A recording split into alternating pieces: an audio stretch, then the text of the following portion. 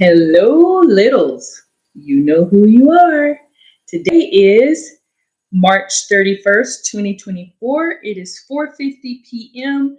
Central Standard Time, and I want to say Happy Resurrection Day.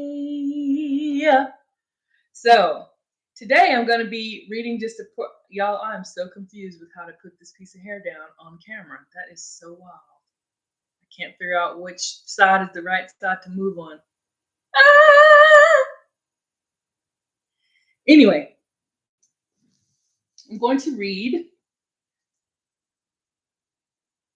a scripture.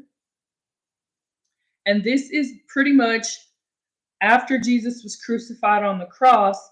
We know by history that in 3 days he rose, which is the good news, is that he did not stay in the grave. He rose, he conquered death, and is alive today. This might be a little bit longer. I'm going to turn the light on. A little bit longer than normal because I'm going to read a few scriptures.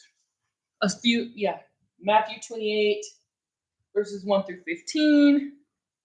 And I will probably even let an entire song play out. I didn't write it, but it's a video.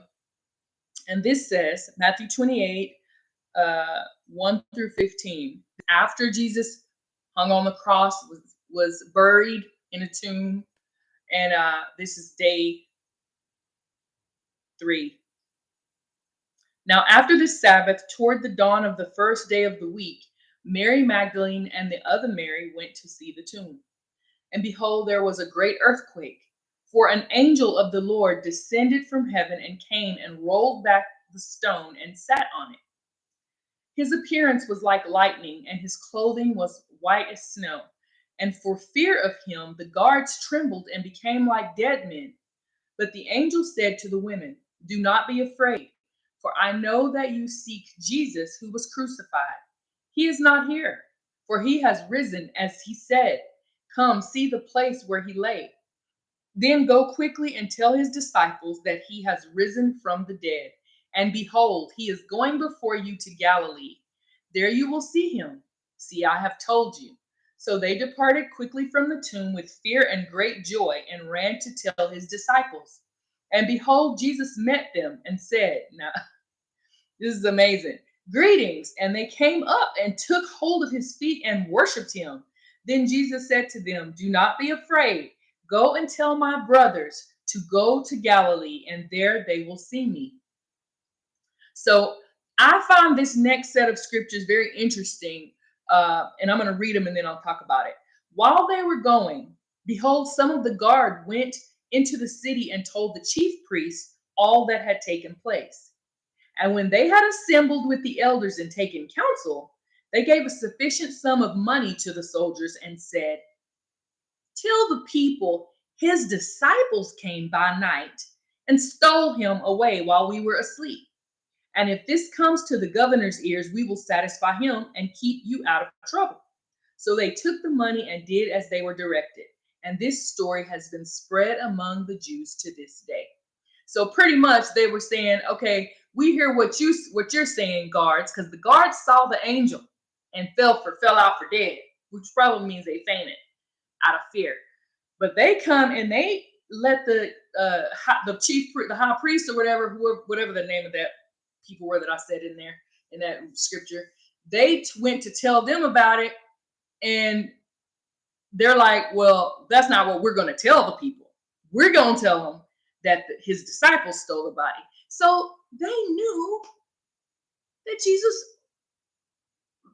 they knew that wasn't true. They knew the disciples didn't steal. They knew what happened, but they tried to do a cover up. And so, crazy to me. If you know somebody was dead and then they rose from the grave and there was an angel sitting over here who rolled the stone away, you know what? I don't care whose side, what kind of money was involved, who in the world I was teamed up with.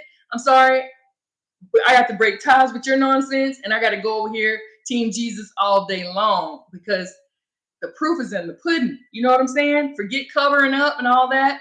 Lord help me. You real. Everything you said was real, and I need to be on your side. That's how I feel about it. But anyway, that's not what they think. They thought, well, we'll just lie about it and cover it up, and that's what they did. So that's the scripture. I just want to say happy, people say happy Easter. People do Easter egg hunts. They do fun things or whatever. But y'all, as my grandchildren, I want you to know the meaning that what we celebrate on this holiday is the resurrection of Jesus Christ. He rose. That's the good news. He rose. That's what I'm celebrating on this holiday. And I hope that someday that's what you're celebrating. Okay, so now I'm going to play a song for you called He Rose. If I can find it, I thought I had it queued up here. It's a children's song, and actually it's called He's Alive, He's Alive. And this is by Yancey and the Little Praise Party. And the only thing I would say about this video that I don't really understand is why this little pig is the one at the tomb when the stone rolls away. They should have put like a little cartoon angel or something, because the angel was the one who rolled the stone away. But that's my only issue with the song. I mean, a little pig is part of their group, I guess. Maybe Yancey is the little pig. I don't know, because I don't know this artist. I just think that the song is a good song to represent what today is all about. So here we go. Oh, wait a minute. Sorry, y'all. I have to take it off of Bluetooth. Sorry. Oh, it's not on Bluetooth. Okay, what's happening here?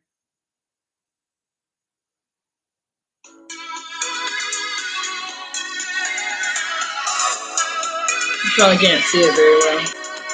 God had a plan from the very beginning for you and me to be with Him. Sin has a way, and sin separates you and me away from Him.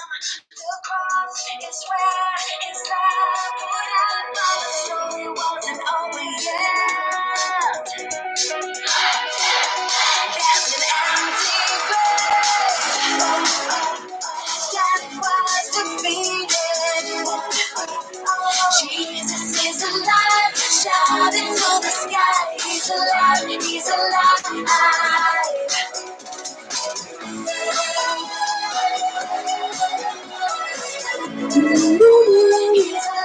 He's alive.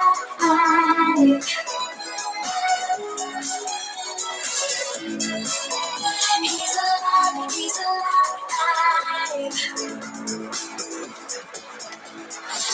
God had a plan from the very beginning for you and me to be with Him. Sin has a way, and sin separates you and me away from Him.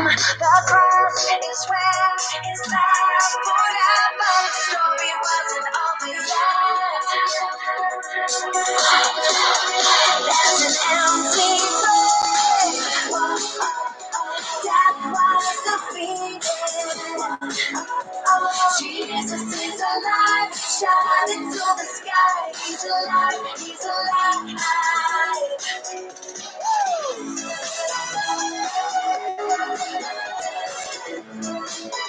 He's alive. He's alive.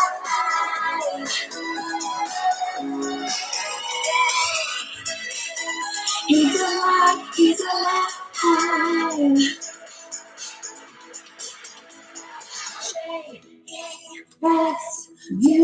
J-E-S-U-S. Jesus is alive. J-E-S-U-S. Jesus is alive. We sing J-E-S-U-S. Jesus is alive.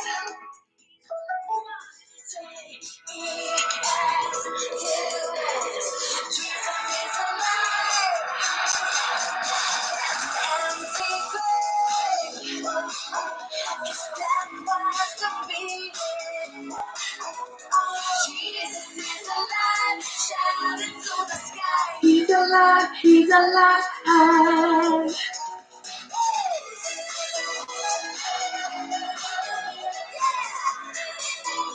He's alive. He's alive.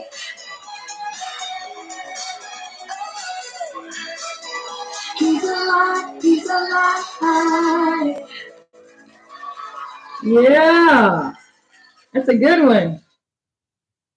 So he's alive. And the fun fact about me is there are 5 love languages: acts of service, words of encouragement or affirmation, touch, gifts, and quality time. My top love language is, drum roll, quality time. Love, Gigi.